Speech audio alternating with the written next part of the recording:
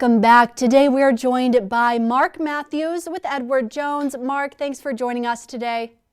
You bet, Mary Grace. Glad to be here. Of course. And so today we're talking about it's the beginning of 2023 and people are preparing their portfolios. They're getting them realigned.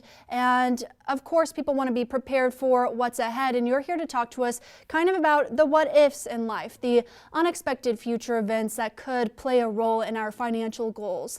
So starting off here, can you explain what are some of these events and how to prepare for them? Okay, sure will. One that I'm sure people have heard of many times, but it bears repeating to be prepared for unforeseen financial emergencies that could range from health issues to car needs repaired or a thing with your home, some type of short-term emergency that needs some cash. Well, there's where that proverbial 3 to 6 months worth of cash set aside for life surprises is still a wise thing to do. We all know there's going to be things that pop up that need monetary attention. Don't always know when, but if you have kids or machines or houses, they're all going to give rise to some expenses sometime or another, and having money set aside for that is always a good thing to do to avoid having to tap into your long-term savings to fund those expenditures. Market volatility to be prepared for, kind of mentally more than anything else, to know that markets will be volatile sometimes, and if it bothers you, you might need to revisit your portfolio goals and risk tolerance to make sure that they line up with you and not somebody else, and not to be distracted from your long-term objectives by short-term market moves, which are going to happen all the time. There's no getting around that. Inflation, haven't talked about that we have lately, but not for a long time before that. Don't let inflation derail you from your savings.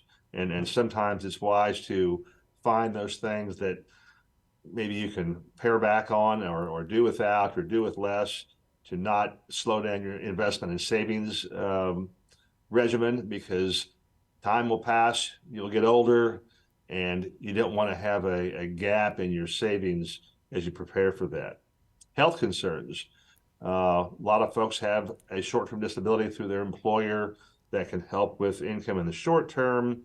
Depending on your financial situation, a long-term disability policy could be something to think about. That may not be for everyone, but certainly is something to consider. One thing that should be considered by most everyone, and if you have a family in particular, is life insurance.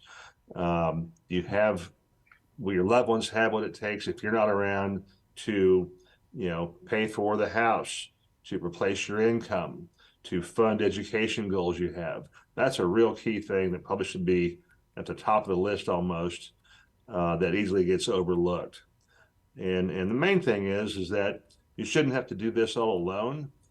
Find someone that you can work with and talk to talk through, what if this, what if that? What do I do if this happens? You may not fix them all at the same time, but it's better to consider these things and work on them as you can versus have no plan except for whatever comes today or tomorrow. Definitely, and these are all important things to prepare for and be aware of. And as you said, you don't have to do it alone. What can someone do if they want to reach out to you or someone else from Edward Jones and go over these financial goals? Great question.